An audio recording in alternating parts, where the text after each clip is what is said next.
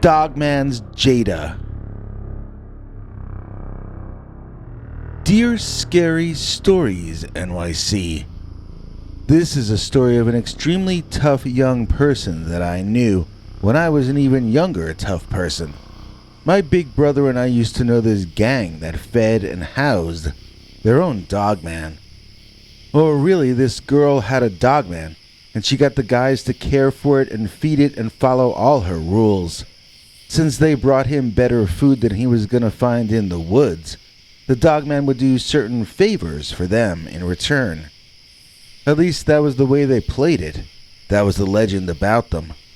When I got to see the dogman for myself, and it did not appear to be chained up or anything, I knew I would never mess with these guys.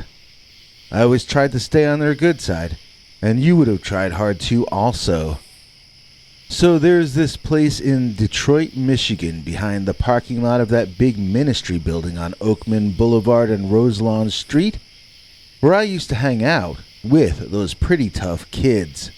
Well, actually only one was pretty, but they were all tough. This mega beautiful cafe au lait lady we're gonna call Jada hung in that crowd, and nobody messed with her. The dogman liked her best of all, and they were never out of each other's sight anytime I was there. In fact, sometimes she would ride the dogman around like he was her pony, and other times he would carry her around outside on his shoulders while he walked or ran bipedally.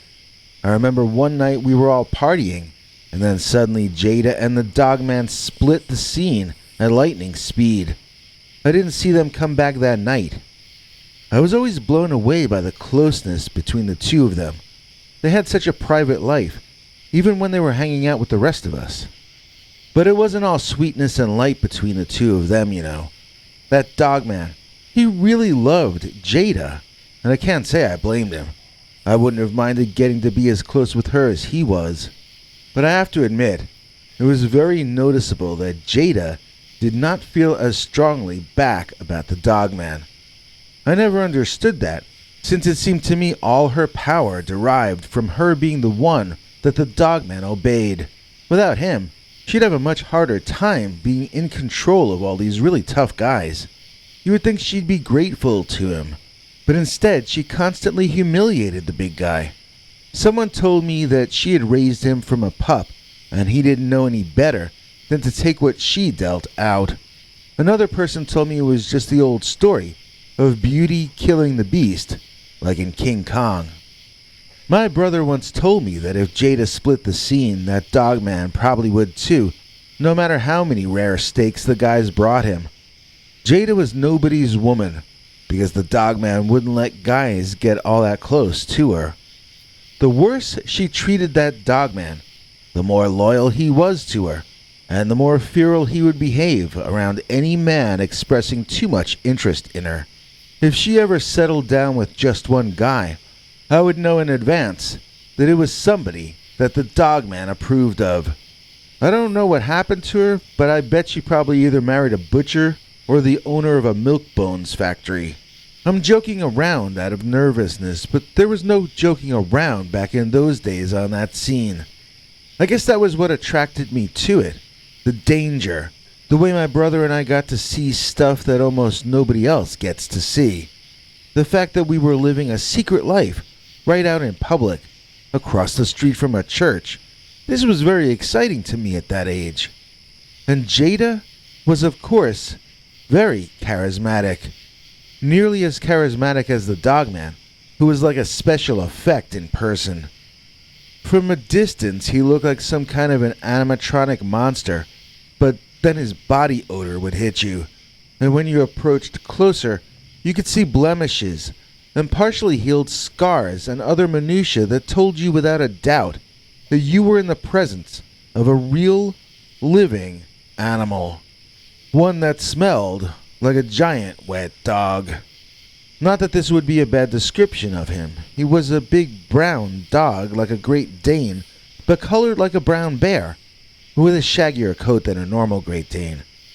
I remember the weird thought that popped into my head when I first saw the creature. It was, this guy could beat Rocky in a fight. I almost laughed at myself. That was such a dumb thing to think. But like I told you, it wasn't cool to start laughing in there. It was always this deadly serious mood, especially for those of us lower in status like me and my brother. He and I were allowed to hang out until things got too serious, like when they were discussing stuff we weren't allowed to know about, anything involving money, whether earned or ill-gotten. He and I were never fully part of the inner circle, and looking back on it, I realized that was a good thing for us. My brother got banned from hanging out after he brought a friend to see the Dogman without asking first. I avoided the scene as well after that, for obvious reasons. Like I said, that group were not to be messed with, so I thought that was the end of the story, but there was an epilogue far more memorable than anything I've told you so far. Fasten your seatbelts. This was around a year, or actually 14 or 15 months after my brother got removed from the good graces of the gang, and I really hadn't thought about them or the Dogman for quite some time. My family had moved out of Detroit, and through a series of circumstances I barely even remember, I found myself having lunch at Eli's Blazin' Wings and Pizza over at Whitmore Lake. Well, bang! The door to the place slams open, and a bunch of loud morons walk in. I turn around to say something, and then I see that it's Jada and 3 of her tough guys. I didn't know they ever left Detroit. I was surprised to see them out at Whitmore Lake. But more than that, I was scared of what they were going to do when they caught sight of me. If my brother was banned, I figured I must be too. Trust me, I was shaking in my boots. I thought about trying to sneak out the back way which leads to a forested area. Come to think of it, I hadn't heard any vehicle drive up before these creeps barged their way in. They must have walked up from the woods behind the restaurant. And that meant the Dogman must be waiting for his snack outside in the back in the woods. I was in trouble no matter if I ran out or if I sat there.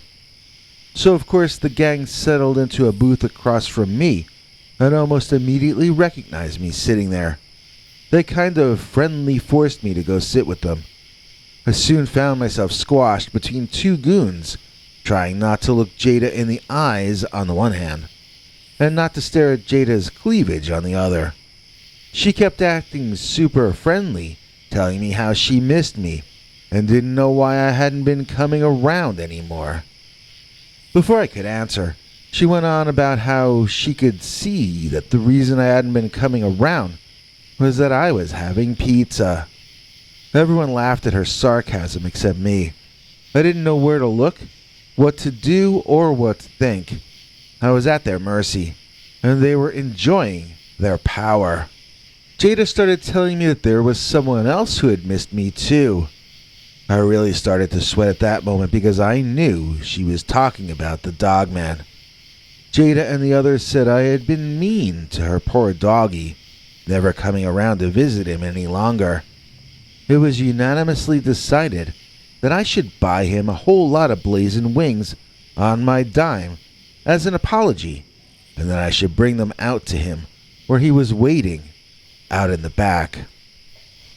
I really couldn't afford to buy 3 full orders of chicken for myself, let alone for a monster beast, but I'd have gladly done it if I didn't have to actually serve the werewolf the food personally.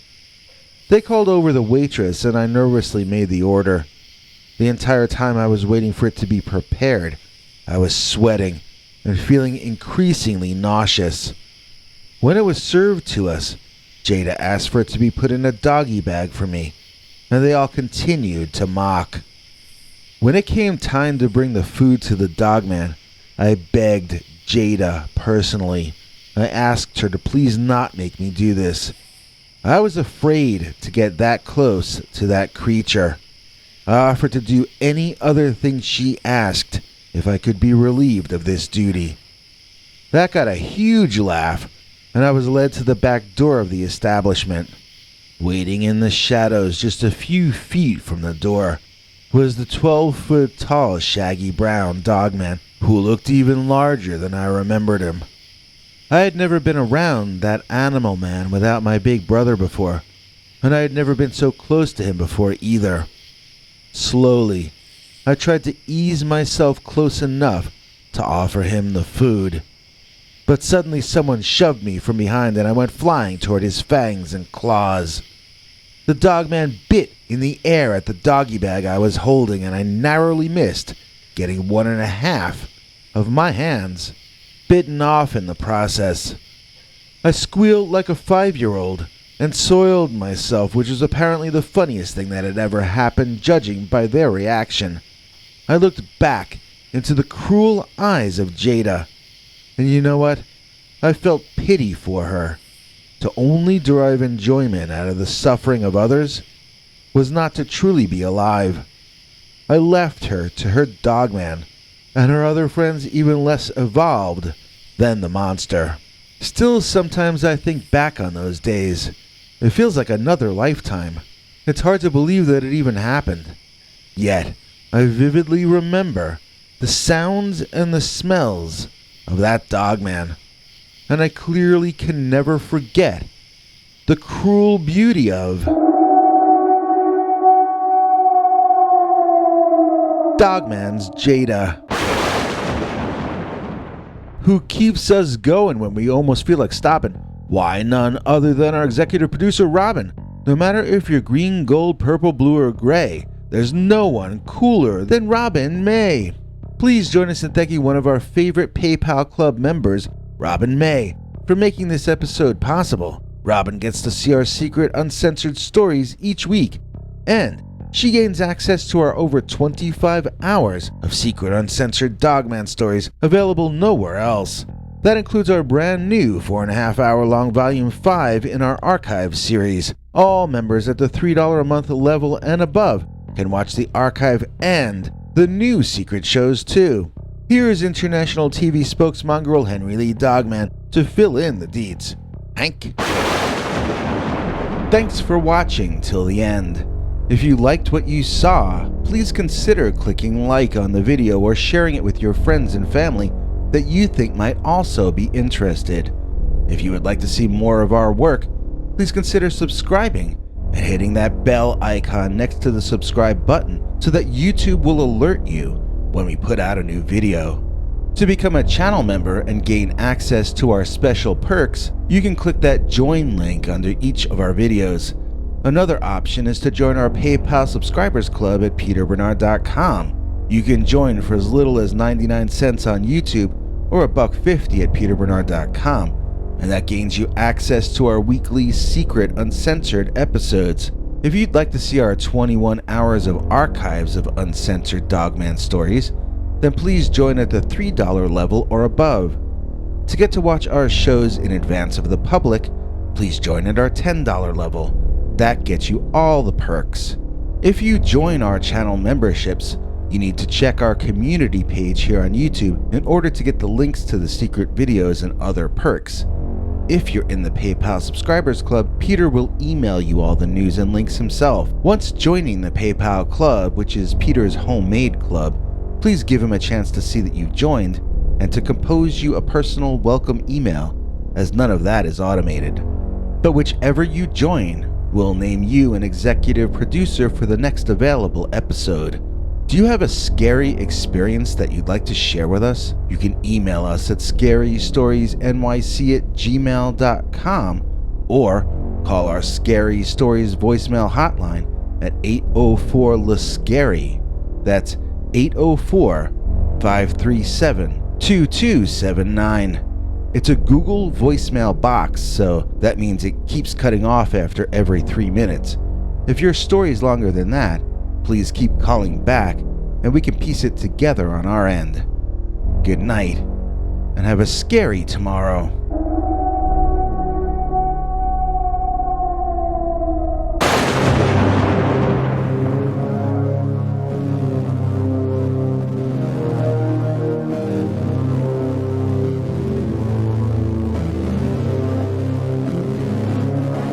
Come back for more scary stories.